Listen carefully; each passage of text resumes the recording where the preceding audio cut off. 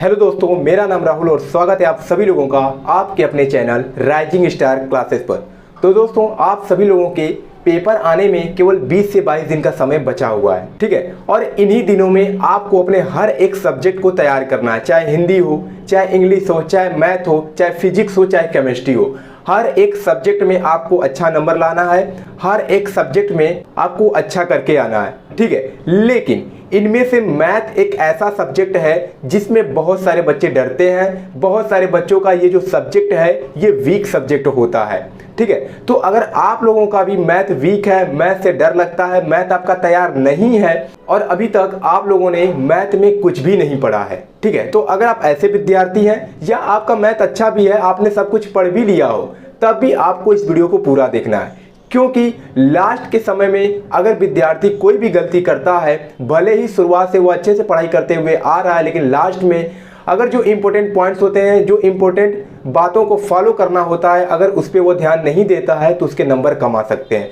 तो सभी लोगों को इस वीडियो को देखना है, ठीक है। तो आज की इस वीडियो में हम लोग देखने वाले हैं कि बचे हुए दिनों में मैथ की तैयारी कैसे करें, या 20 से 22 दिनों के अंदर हम मैथ को ऐसे कैसे पढ़ें कि मैथ में हम अच्छा नंबर लेकर के आएँ, मैथ में हम अपने परसेंटेज को हाई कर पाएँ, मैथ में एक टॉपर स्टूडेंट बन पाएँ। तो आज की इस वीडियो में आपको जो जो पॉइंट्स बताया जाएगा, इन पॉइंट्स को आपको फॉलो करना है जितना भी दिन आपके पास बचा हुआ है, ठीक है। अगर इन पॉइंट्स को फॉलो करते हो तो मैं गारंटी देता हूं कि आपके मैथ में बहुत ही अच्छे अंक आने वाले हैं। बस जो जो पॉइंट्स आज आप लोगों को मैं बताने वाला हूं, केवल उन पॉइंट्स को फॉलो करना है, ठीक है। सबसे पहला पॉइंट है कि प्रत्येक चैप्टर के अंतर्गत आने वाले जितने भी फार्मूले हैं वो आपको याद होना चाहिए। अगर आपको फार्मूला ही याद नहीं रहेगा तो आप मैथ का कोई भी सवाल नहीं हल कर पाएंगे, ठीक है। इसलिए जितने भी फार्मूले दिए गए हैं हर एक चैप्टर में, सारे के सारे फार्मूला आपको याद होना चाहिए, क्योंकि फार्मूले के बिना जो मैथ होता है वो अधूरा होता है। इसलिए फार्मूला याद होना चाहिए, ठीक है। अगर फार्मूला नहीं याद रहेगा तो नंबर आपके अच्छे नहीं आ सकते। तो जितने भी चैप्टर हैं और प्रत्येक चैप्टर के अंतर्गत जितने भी फार्मूले आते हैं वो सारे के सारे फार्मूले आपको याद होने चाहिए। दूसरा पॉइंट है कि प्रत्येक फार्मूला पर कम से कम 2 सवाल लगाना है। कम से कम तो 2 सवाल लगाना ही है, इससे ज़्यादा भी लगा सकते हैं अगर समय है आपके पास, लेकिन कम से कम 2 सवाल लगाना है, ठीक है। हर एक फार्मूले पर, चाहे छोटा हो फार्मूला चाहे बड़ा फार्मूला हो, हर एक फार्मूले पर आपको कम से कम 2 सवाल लगाना ही है। 2 सवाल की प्रैक्टिस करनी ही है, ठीक है। तीसरा पॉइंट है कि केवल एनसीईआरटी क्वेश्चंस, ये बहुत ज़्यादा इंपॉर्टेंट पॉइंट है, इसको ध्यान दीजिएगा। केवल एनसीईआरटी क्वेश्चंस को लगाओ। अब आप लोगों के पास बहुत ही कम समय बचा हुआ है, 20 से 22 दिन का समय बचा हुआ है। इतने दिनों में आपको बहुत ज़्यादा क्वेश्चन नहीं लगाना है, 4 से 5 किताबों के क्वेश्चंस नहीं लगाने हैं, केवल एनसीईआरटी के क्वेश्चंस लगाने हैं। लेकिन जितना भी एनसीईआरटी का क्वेश्चन है सभी को लगा डालो। अगर आप लोग केवल एनसीईआरटी का भी क्वेश्चन लगा करके जाते हो तो आपके पेपर में 90 से 95% फंस जाएंगे, और पेपर में ज़्यादा क्वेश्चन जो होते हैं वो एनसीईआरटी से ही आते हैं, ठीक है। तो ज़्यादा क्या करना है, एनसीईआरटी क्वेश्चंस की ही प्रैक्टिस करनी है, एनसीईआरटी क्वेश्चंस को ही लगा करके जाना है। इस पॉइंट को फॉलो कीजिएगा 20 से 22 दिन, गारंटी है कि आपके नंबर बहुत ही अच्छे आएंगे अगर एनसीईआरटी क्वेश्चंस को अच्छे से लगा करके जाते हैं। और ये भी देखा गया है कि डायरेक्ट जो एनसीईआरटी का क्वेश्चन होता है वही उठा करके पूछ लिया जाता है, ठीक है। तो इसको ज़्यादा ध्यान दीजिएगा। अगला पॉइंट है कि ज़्यादा से ज़्यादा प्रैक्टिस करो। मैथ में आप जितना ज़्यादा प्रैक्टिस करोगे आपके जो नंबर हैं उतना ज़्यादा इंक्रीज होने की संभावना होती है। इसलिए जितना ज़्यादा प्रैक्टिस करोगे मैथ में, उतने आपके नंबर जो है अच्छे आने की संभावना बढ़ेगी, ठीक है। तो जितना हो सके उतना ज़्यादा प्रैक्टिस करो मैथ के, ज़्यादा क्वेश्चन लगाओ, ज़्यादा फार्मूले याद करो, हर एक फार्मूले पर ज़्यादा क्वेश्चन लगाने की प्रैक्टिस करो।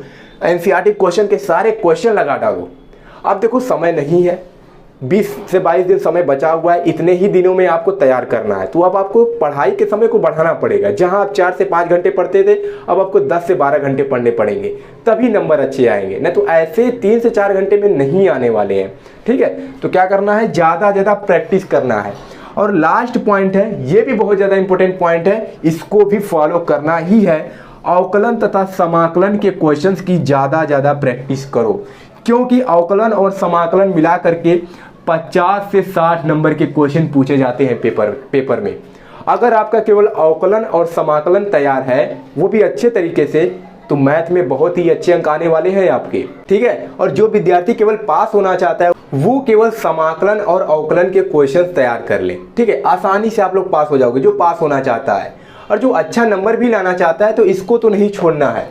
अवकलन और समाकलन को पहले तैयार करना है, फिर उसके बाद जो जो चैप्टर बचे हुए हैं, फिर उसके बाद जैसे शारीरिक हो गया, अवयव हो गया, यहाँ से भी दीर्घ उत्तरीय प्रश्न बनते हैं, बड़े बड़े क्वेश्चन पूछे जाते हैं। ठीक है, तो उसको तैयार करना है। तो समाकलन और अवकलन को नहीं छोड़ना है, क्योंकि ज़्यादा से ज़्यादा नंबर यहाँ से आपको प्राप्त हो सकते हैं, ज़्यादा नंबर आप यहाँ से हासिल कर सकते हैं।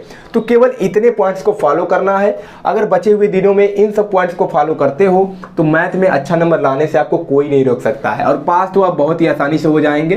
ठीक है, हर एक दिन ज़्यादा समय प्रैक्टिस करते हैं, ज़्यादा समय सवाल लगाते हैं, फार्मूले याद करते हैं, तो जितना ज़्यादा ध्यान से इन सब चीज़ों को पढ़ेंगे उतना ज़्यादा नंबर आपका अच्छा आने वाला है। ठीक है, तो क्या क्या फॉलो करना है, प्रत्येक चैप्टर के अंतर्गत आने वाले फार्मूले याद कर लेने, जितना भी फार्मूला हो, प्रत्येक फार्मूला पर कम से कम 2 सवाल लगाना ही है। अगर आप टॉपर बनना चाहते हैं मैथ में और अच्छा नंबर लाना चाहते हैं, 90 से 95 नंबर लाना चाहते हैं, तो जितना ज़्यादा हो सके उतना ज़्यादा सवाल लगाओ। ठीक है, कम से कम लिखा गया 2 लगाना है, लेकिन अगर आप ज़्यादा लगाना चाहते हो तो 2 से अधिक लगाने की कोशिश करो। तीसरा पॉइंट है, केवल एनसीईआरटी क्वेश्चंस को लगाओ। अब दूसरे किसी किताब के क्वेश्चन को नहीं लगाना है, एनसीईआरटी क्वेश्चंस के जितने भी क्वेश्चन है सब लगा डालो, छोटे से छोटे, बड़े से बड़ा, जितना भी प्रश्न हो सारे एनसीईआरटी क्वेश्चंस को लगा डालो। अगर केवल एनसीईआरटी लगा लेते हो वहां पर आपको डायरेक्ट वही क्वेश्चन दिखने वाला है। ठीक है, क्योंकि मैंने भी पेपर दिया था, वहां पर ज्यादा एनसीईआरटी के ही क्वेश्चन आए हुए थे। ठीक है, तो केवल एनसीईआरटी क्वेश्चन को लगाओ।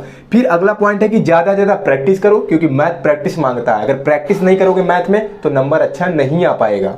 और लास्ट पॉइंट है, अवकलन तथा समाकलन को तो छोड़ना ही नहीं है, क्योंकि 50 से 60 नंबर का पूछा जाता है अवकलन तथा समाकलन से। इसलिए अवकलन तथा समाकलन को सबसे पहले तैयार करना है। फिर उसके बाद क्या करना है, शारीरिक तैयार करना है और अवयव तैयार करना है। ये 4 चैप्टर सबसे पहले आपको तैयार करना है। फिर इसके बाद ट्रिग्नोमेट्री हो गया, इन सबको तैयार करना है। ठीक है, तो ऐसे पढ़ना शुरू कर दीजिए केवल 20 से 22 दिनों तक। मैं गारंटी देता हूं कि आपके नंबर जरूर अच्छे आएंगे, और पास होने की चिंता मत कीजिए, पास तो आसानी से हो जाएंगे। ठीक है, तो चलिए मिलते हैं नेक्स्ट वीडियो में, तब तक के लिए धन्यवाद।